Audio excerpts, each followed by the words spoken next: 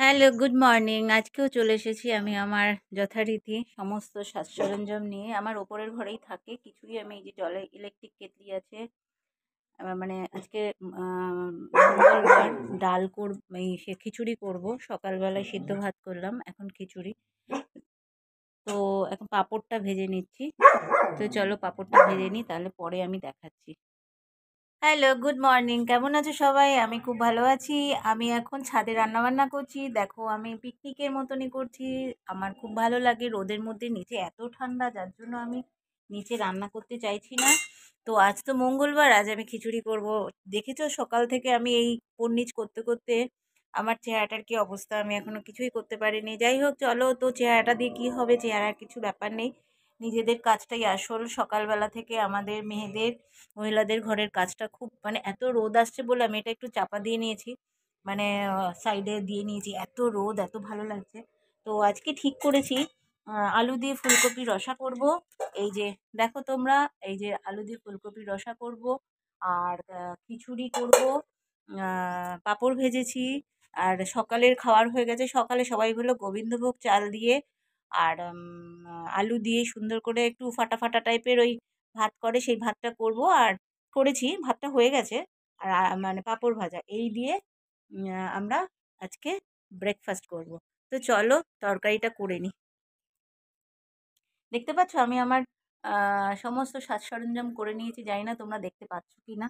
এই যে দেখো, এখানটা আমি বসিয়ে নিয়েছি। কাল নিচুতে করেছিলাম, আজকে আমি একটু টুলের ওপর বসিয়ে নিয়েছি। নিচুতে না খুব অসুবিধা হয় রান্না বান্না করতে, কারণ এতটা নিচে বসে আমার কষ্ট হয়। তো সব কিছুই পরে দেখাবো। দেখো আমি ছাদের মধ্যে বসে আছি, কি ভালো লাগছে রোদটা। আমার আমার খুব ভালো লাগে। জানি না, যাই হোক তোমাদের কিরম লাগছে জানি না।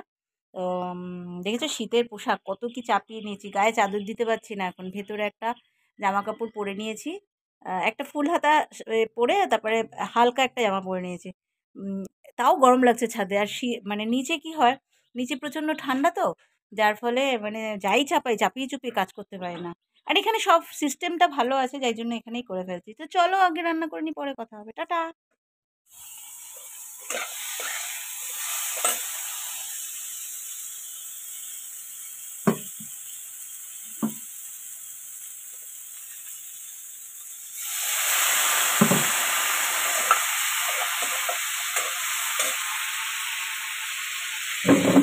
রান্না বান্না করছি, খুব ভালো লাগছে। কারণ যাই হোক, এটা তো সব থেকে বড় কথা কি জানো তো, নিজের বাপের বাড়ি, বাপের বাড়ির ভাত সবসময়ের জন্য মিষ্টি হয়, ঠিক কথা। কিন্তু কী হয়, বাপের বাড়ি তুমি যাও, ঘোরো ফেরো, আনন্দ ফুর্তি করো, ঠিক আছে, খাও দাও থাকো মজা করো, সব ঠিক আছে। কিন্তু বাপের বাড়ির ভাতটা বাপের বাড়ির ভাত হয়, শ্বশুর বাড়ির ভাত শ্বশুর বাড়ি।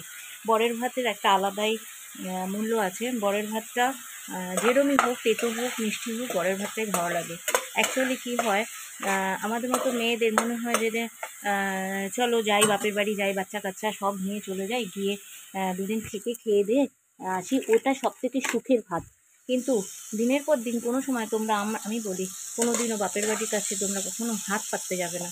বাপের বাড়িতে যেদিনকে হাত পাততে যাবে, হাত পেতে সেই ভাত খাওয়ার থেকে শ্বশুরবাড়ির সিদ্ধ ভাত খাওয়া অনেক আরামের, অনেক আনন্দের, অনেক সুখের।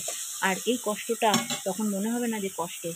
কারণ কি, শ্বশুরবাড়ির বরের ভাত, স্বামীর ভাত খাওয়া অনেক ভালো। শ্বশুর বাপের বাড়ির ভাত খাও, সাময়িক আনন্দ ফুর্তি করো, সব ভালো। জানো তো, মেয়েদের বিয়ে হয়ে গেলে, মেয়েরা যখন, মেয়ে জন্মের পরেই এটাই আমাদের ধারণা, মা বাবা সবাই করে নেয়, বা আমরাও তো সন্তানের মা, আমরাও জানি যে বাপের বাড়ির ভাতটা কত মিষ্টি, কত ভালো, কত সুখের। কিন্তু আমার মনে হয় সেই সুখটা থাকাকালীন বুঝে নেওয়া উচিত যে না, এটা তো বাপের বাড়ি, এখানে অধিকার আছে দাদা বৌদিদের, এখানে বৌদিদের অধিকার আছে, যারা পরের ঘর থেকে আসবে। আমরাও তো একটা পরের ঘরে গেছি, এই পরের ঘরে গিয়েই তো আমরা সেটাকে আপন করে নিয়েছি। সেই আপনটাই হচ্ছে সব থেকে বড় আপন। ওই আপনটার মধ্যে অনেকটাই সুখ আছে, অনেকটাই শান্তি আছে। আর স্বামীর ভাতের মোটা ভাত বলেই যে, বলে যে শ্বশুরবাড়ির ভাত মোটা ভাত, কিন্তু অ্যাকচুয়ালি শ্বশুরবাড়ি বলতে যাদের শ্বশুর শাশুড়ি থাকে না, যাদের পরিবারে কেউ থাকে না, স্বামী স্ত্রী দুজনের মধ্যে যেই সম্পর্কে আমরা একটা সংসার তৈরি করি, সেই সংসারটাই হচ্ছে সব থেকে সুখের সংসার। সেখানে ভালো হয়, মন্দ হয়, ঝগড়া হবে, ঝাঁটি হবে, ভালোবাসা হবে, খুনসুটি হবে, না হলে কিসের সংসার? সংসারের মধ্যে খুঁটামিটি বাঁধবে না?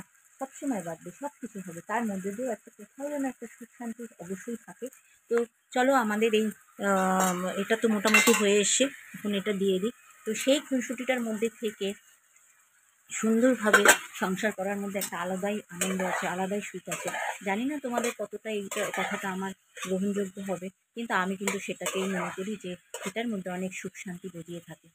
তো এই হচ্ছে আমার একটা মেন কথা। তোমরা সবসময় মাথায় রেখো, কেউ কখনো মনে করো না যে শ্বশুর বাপের বাড়ির লোক আমাদেরকে সাহায্য করলো না, বাপের বাড়ির লোক আমার কাছে আসলো না, বাপের বাড়ির লোক ডাকলেই আসলো না। কেন আসবে? তাদেরও তো সংসার আছে, সেটাও তো আমাদের বুঝতে হবে। কী করে আসবে? তাদের কোনো সংসার নেই? সব কিছুর মধ্যে তো একটা নিজেদের ভালো মন্দ সুখ দুঃখ বুঝে নিয়ে চলতে হবে। তো এই হচ্ছে আমার মেইন বক্তব্য। যারা এটা মনে করো না, মন থেকে যত বেশি সেটা ভাববে তত বেশি কষ্টদায়ক হয়ে যাবে, তত বেশি তোমাদের কষ্ট দেবে।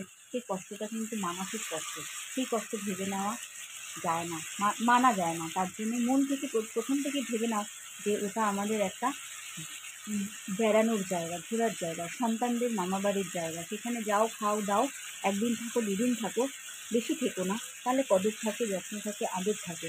তুমি বছরে একবার বাপের বাড়ি যাবে, সেটার মধ্যে একটা আলাদাই সুখ, আলাদাই শান্তি।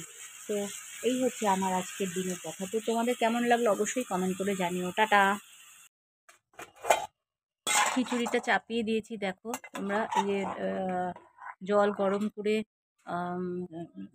মুগ ডাল ভেজে দিয়ে দিয়েছি। একটু ঢাকা দিলে একটু তাড়াতাড়ি হবে, স্টোভ বুঝতেই তো পারছো। কারণ আমি নিচের গ্যাস উপরে এনে আমি করবো, সেটা আমার সামর্থ্য নেই, কারণ আমার গ্যাস টানতে পারবো না। তো আমার ইচ্ছে হয়েছে যখন, আমি নিজের মতো করে নিজেই করে নিচ্ছি। তো এই যে চাল আর ডাল ভিজিয়ে রেখেছি, আর মুগ ডাল দিয়ে দিয়েছি ওখানে। ফুলকপি ভাপে মানে মানে একটুখানি ভাপ দিয়ে নিয়ে ঠান্ডা জলে ভিজিয়ে রেখেছি, কারণ এর যে ভেতরের নোংরাগুলো সব বেরিয়ে যাবে। আর মোটামুটিভাবে ওখানে আমি প্রেশার কুকার ভিজিয়ে রেখে এসেছি জলে, কলের নিচে। ওটাকে বাছতে হবে, কারণ ওটাকে ভাত করেছি। আর একটা কথা বলি তোমাদের, তোমরা যেই জিনিসগুলো ভাবো যে যাদের বাবা মা নেই বলো, তাদেরকে কে করবে?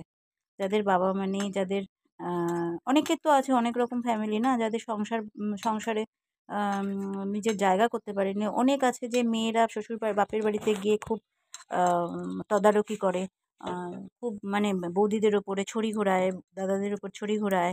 হ্যাঁ, বাবা মার সাথে একটা সং মাদের সঙ্গে বাবার সাথে সঙ্গ হয়ে বৌদিদের ওপরে নানান রকম অত্যাচার করে, নানান রকম কথা বলে, মাকে কুবুদ্ধি দেয়। সেই ফ্যামিলিও আছে, সেই সংসারও আছে।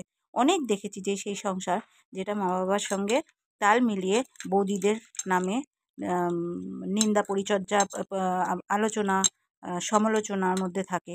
তাদের একরকম, তারা কিন্তু শ্বশুরবাড়ি গিয়েও কোনো রকম সুখে শান্তিতে ঘর করতে পারে না। কারণ কি, তাদের তো স্বভাব তারা শ্বশুরবাড়ি গিয়েও সেই কাজটা করবে। তো সেই ক্ষেত্রে সেই জিনিসটা প্লিজ দয়া করে কেউ করো না, কারণ তাহলে পরবর্তীকালে তোমাদেরই ভুগতে হবে। কারণ তোমাদের হাজব্যান্ডরাই তখন বলবে যে কেন তোমরা এইসব করেছো? তোমরা তো বাপের বাড়িতে গিয়ে বৌদিদের সাথে ঝামেলা করেছো, মাকে বুদ্ধি দিয়েছো, কুবুদ্ধি দিয়েছো। কোনোদিন ভেবেছো যে বাবা মার সাথে ভালোভাবে থাকতে হয়, বাবা মার সাথে বাবা মাকে ভালো বুদ্ধি দিতে হয়, বৌদিরা যাতে সুখে থাকে, শান্তিতে থাকে? যারা এগুলো করে তাদের জন্য বলছি, সবার জন্য কিন্তু নয়। কিছু সংখ্যক মানুষ আছে যারা সবসময় এইসব করতেই ভালোবাসে, এইসব করতেই তারা পৃথিবীতে এসেছে। তো এরকম ফ্যামিলি অনেক আছে, আমার চোখে দেখাও আছে। তো কি বলবো আর, যাই হোক, তোমরা ভাবো, চিন্তা করো।